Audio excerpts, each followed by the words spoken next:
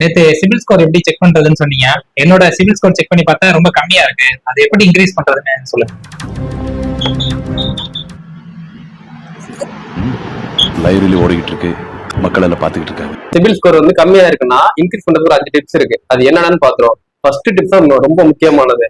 இதுதான் மொத்த சிபில் ஸ்கோர்லயே 35% வந்து ஆக்குபை பண்ணும். அது என்னன்னு பார்த்தோம்னா, பில்ல வந்து ஒரு டியூ கட்டுறோம்னா அந்த பில்ல வந்து கரெக்டான டேட்ல கட்டணும். ஒண்ணு அந்த டேட்டை கட்டிடணும், மிஸ் பண்ணிடக்கூடாது, மறந்துடாம. அடுத்தது பில்ல வந்து லேட்டா கட்டிடக்கூடாது. இது எப்படி கட்டினாலும் உங்களுக்கு மெயினா பாதிக்கிறது ஃபர்ஸ்ட் இந்த பாயிண்ட். அடுத்தது 2வது பாயிண்ட், அதாவது அவுட்ஸ்டாண்டிங் சொல்ற நம்ம என்னென்ன கட்ட பெண்டிங் நிறைய வச்சு எவ்வளவு வச்சுக்கிட்டே இருக்கிறோமோ அவ்வளவு வந்து நம்மளோட சிபில் ஸ்கோர்ல அஃபெக்ட் பண்ணிட்டே இருக்கும். 3வது டிப்ஸ் என்ன, 2 அக்கௌண்ட் இருக்கு 3 அக்கௌண்ட் இருக்குன்னு சொல்லிட்டு க்ளோஸ் பண்ணுவீங்க. ஏதாவது தேவையில்லைன்னு ஒரு அக்கௌண்ட் க்ளோஸ் பண்ணுவீங்க. அப்படி பண்ண வேண்டாம்.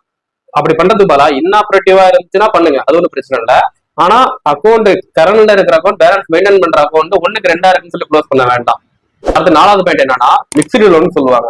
அப்படியே என்ன அர்த்தமா, நம்ம ஒரே டைப்பான லோன்ல போகாம secure loan, unsecure loan, housing loan, business loan, வாகன லோன், இது மாதிரி நிறைய இருக்கு. வேற மிக்ஸ் பண்ணி இருந்துச்சுன்னா உங்களோட சிபில் ஸ்கோர் இன்க்ரீஸ் பண்றதுக்கு கொஞ்சம் வாய்ப்பு அதிகமா இருக்கும். 5வது பாயிண்ட் என்னன்னா, கிரெடிட் கார்டு உங்களுக்கு வேணுமா வேண்டாமா நீங்க தான் டிசைட் பண்ணணும். ஏன்னா கிரெடிட் கார்டு இல்லாதவங்களோட கிரெடிட் கார்டு யூஸ் பண்றவங்களோட சிபில் ஸ்கோர் தான் அதிகமா பாதிப்படையுது. அதனால உங்களுக்கு கிரெடிட் கார்டு தேவையா இல்லையாங்கிறது நீங்க தான் முடிவு பண்ணணும்.